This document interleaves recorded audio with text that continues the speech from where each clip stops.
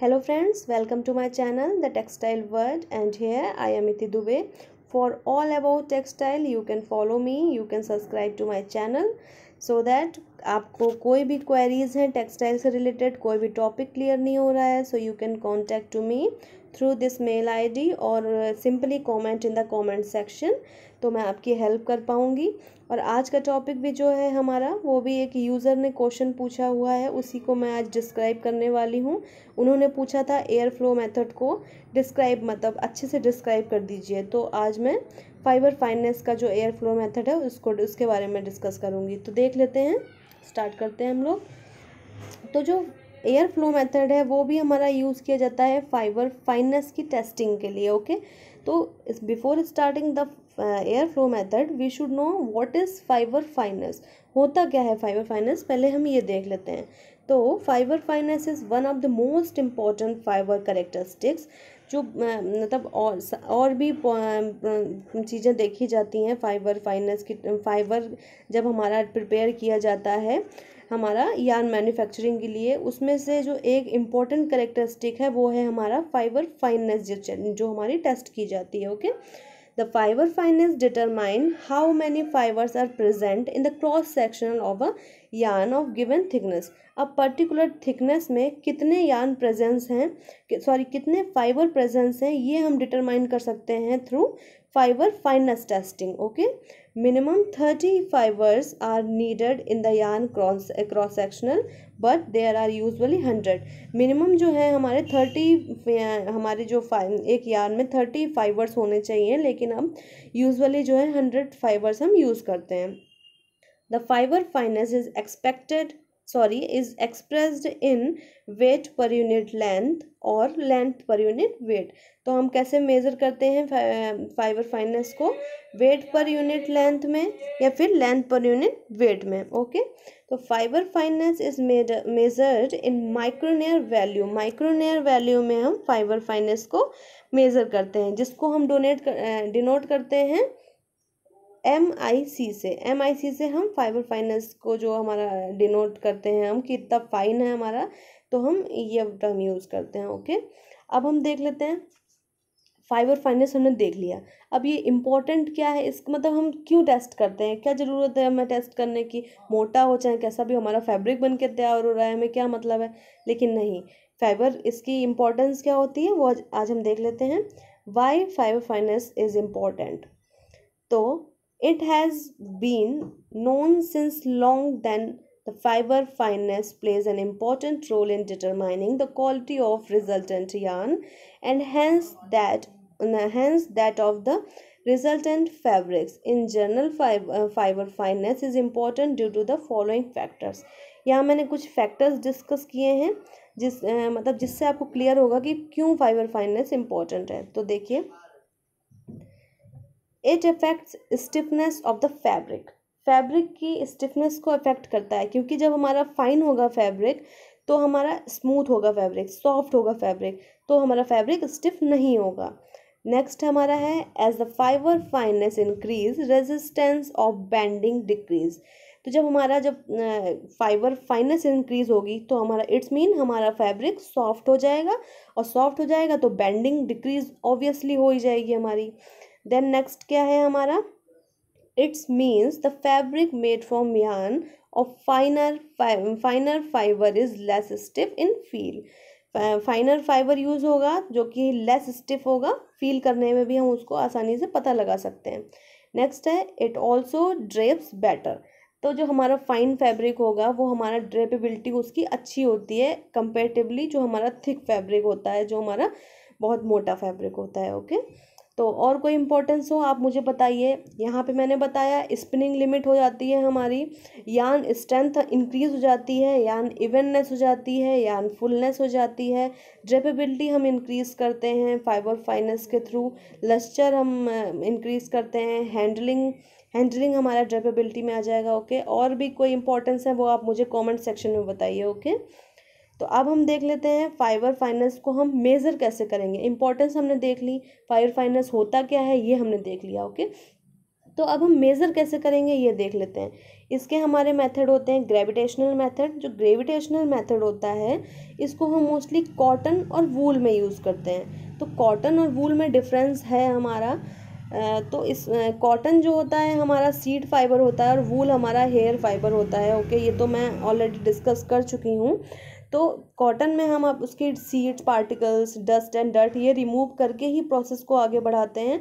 इस मेथड में क्या होता है, जब हम ग्रेविमेट्रिक मेथड जो है कॉटन में यूज़ करते हैं तो ये कॉम शॉर्टर मेथड यूज़ करते हैं। कॉम शॉर्टर डायग्राम बनता है, उसके थ्रू हम पूरा प्रोसेस को डिस्क्राइब करते हैं। और ईच जो टफ्स होते हैं, जो टफ्स क्रिएट किए जाते हैं फाइननेस मेज़र करने के लिए, तो वो उनके बीच में 1-1 सेंटीमीटर का डिफरेंस रहता है हमारे टफ्स के बीच में। ओके, जिससे फिर उसके बाद हम क्या करते हैं, जो टफ्स होते हैं उनके ऊपर से हम रेज़र से जो फाइबर्स होते हैं उनको कलेक्ट कर, जैसे ये टफ्स हैं इनमें मैंने 1-1 इंच का 1-1 सेंटीमीटर का डिस्टेंस रख दिया और फिर उनके ऊपर से हमें फाइबर कलेक्ट करना है। तो हम फाइबर कैसे, रेज़र जो हमारा हेयर रिमूवल के लिए रेज़र यूज़ करते हैं वैसे ही हम इसमें यूज़ करते हैं razor for collecting the fibres collect करने के लिए। ओके, तो एक बार में जो होता है हम 100 फाइबर को काउंट कर सकते हैं कि 100 फाइबर ही उसकी लिमिट होती है कि एक बार में हम उसको 100 फाइबर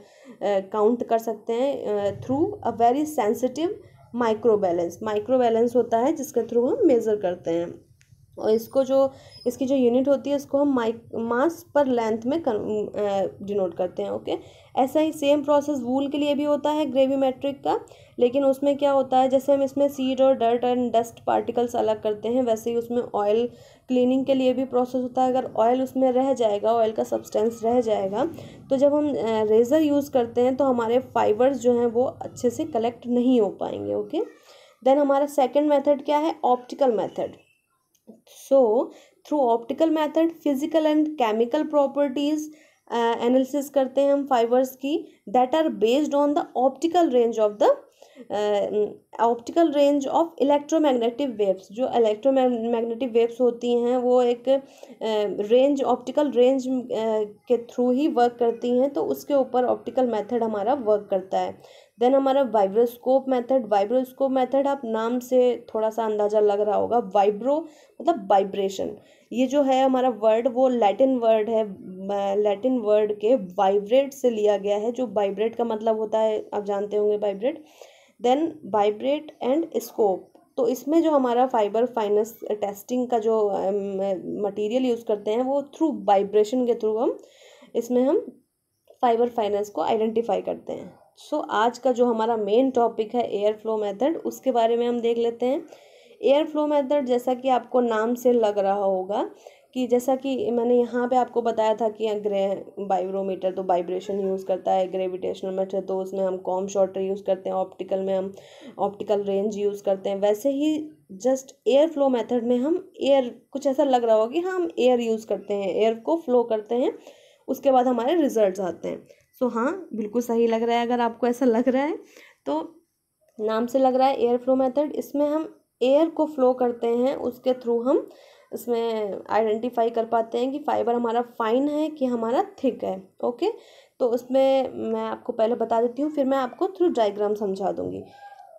तो इसमें क्या होता है कि हमारे सिलेंड्रिकल फॉर्म में हम जो हमारे फाइबर्स होते हैं, लाइक हम कॉटन फाइबर का एग्जांपल ले रहे हैं, तो कॉटन को जैसे हम हाथ से उसकी पूरी हाथ से ओपनिंग करते हैं through using our hands, opening करते हैं, ओपनिंग करके फाइबर्स को हम सिलेंड्रिकल फॉर्म में कन्वर्ट कर लेते हैं। क्योंकि जो इसमें एयर फ्लो मेथड में जो एक सैंपल रखने के लिए एक कंटेनर यूज़ होता है वो सिलेंड्रिकल फॉर्म में होता है, तो हम उसको सिलेंड्रिकल फॉर्म में कन्वर्ट कर लेते हैं। वो भी डायमेंशनल मतलब फिक्स डायमेंशनल होता है कि इतनी ही फिक्स, इतनी लेंथ होनी चाहिए, इतनी विड्थ होनी चाहिए उसकी, जो आप सिलेंड्रिकल स्ट्रक्चर बना रहे हैं अपने फाइबर का।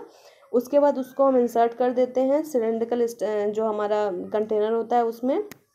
फिर कंप्रेस्ड एयर पास की जाती है, वो भी एक लिमिट में होती है, जिसको हम मेज़र करते हैं रोटोमीटर के थ्रू हम एयर फ्लो को मेज़र करके फिर हम कंप्रेस्ड एयर उसमें मतलब इंसर्ट करवाते हैं। उसके बाद हमारा पता चलता है हमें फाइबर्स का। तो अभी देख लेते हैं। The resistance offered to the flow of air air through a plug of fibers is depend upon the specific surface area of the fiber। जैसा कि मैंने बताया कि हमारा डायमेंशनल फिक्स डायमेंशन होता है, तो वही इसमें लिखा है specific surface area.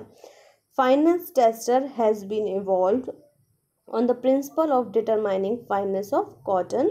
In the microneer instrument, a weighted quantity of 3.24 grams 3.24 grams हम सैंपल का जो वेट होता है उतना लेते हैं। Sample is compressed into a cylindrical container to fix dimensions।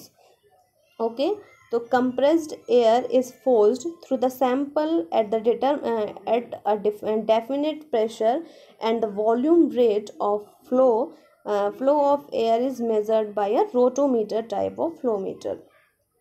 Rotameter के थ्रू हम मेज़र करके हम एयर को हम इंसर्ट करते हैं अपने सिलेंड्रिकल स्ट्रक्चर, जो सिलेंड्रिकल कंटेनर होता है हमारा।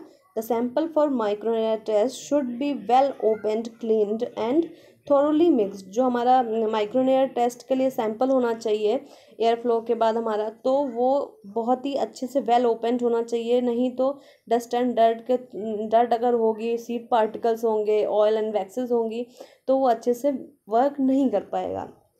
तो आप यहाँ पे देख सकते हैं, आप पहले देख लीजिए कि हम ओपनिंग कैसे करते हैं हैंड से। So in this video I can,